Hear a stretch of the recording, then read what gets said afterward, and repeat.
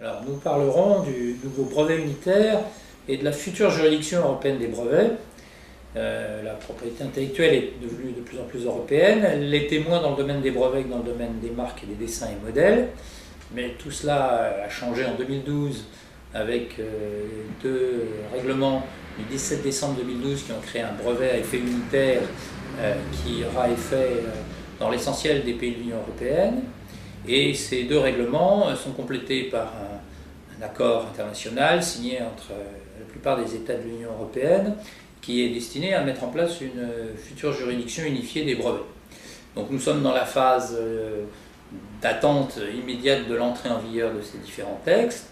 Et donc c'est le moment à la fois de comprendre quels seront les nouveaux enjeux et les nouveaux objectifs de la mise en œuvre de ces outils, à la fois du brevet unitaire et de cette nouvelle juridiction unifiée qui pour la première fois traitera à la fois de la validité et de la contrefaçon des brevets en Europe, et en même temps de savoir comment se comporter dans la période transitoire qui va s'ouvrir.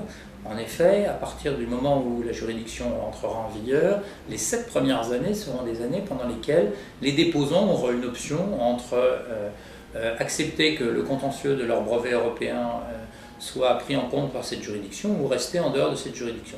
Et donc tant pour les professionnels du droit, que sont les avocats, les conseillers en propriété industrielle, les spécialistes de brevets d'entreprise, que pour les déposants, se posent de nombreuses questions sur les opportunités mais aussi les risques de ces nouveaux dispositifs et quelles sont les meilleures stratégies à mettre en place pour bénéficier parmi les premiers des effets de ces nouveaux instruments.